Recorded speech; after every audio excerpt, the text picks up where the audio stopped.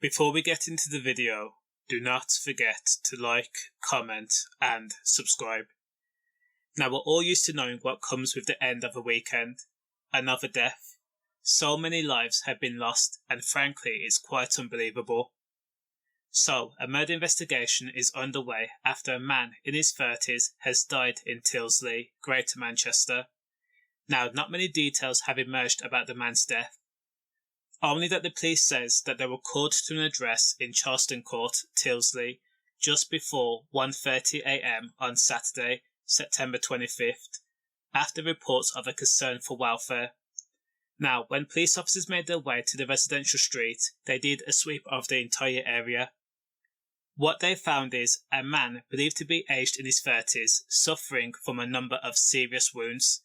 Paramedics and trauma teams were called in, but sadly the man was declared dead at the scene, despite the best efforts of the paramedics. Now, Detective Chief Inspector Liz Hopkinson from Greater Manchester Police Major Incident Team was very careful not to mix her words. When she gave a statement, she described the incident as quote-unquote horrific, in which a man has lost their life. Now, when a crime scene has been described as horrific, coupled with the fact that the victim has suffered multiple serious injuries, it generally means that foul play was the cause. As to whether the crime was a stabbing, or a shooting, or an assault, for example, blunt force trauma or torture, we do not know, and frankly, that's not really important. The main importance here is another person has tragically lost their life. Now, when they started their mourning that day, there was no foresight to recognise that this would be their last day alive.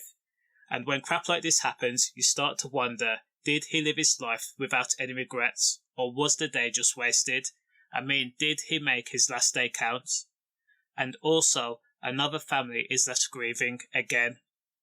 As there have been no arrests, the coward whom have committed this awful crime, they are probably at home burning their clothes right now, or trying to think up of an alibi, on the off chance a suspect is caught on CCTV, or may have been recognised by a neighbour.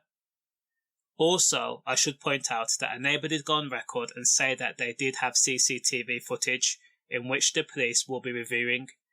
In the footage, they says that a man was seen collapsing by a van in the street, and not long after, another person was seen riding a bike, but the connection has not been established yet.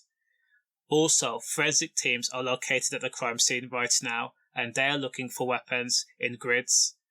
All I can say is condolences to the guy's friends and family. Stay safe. Also, stop killing each other.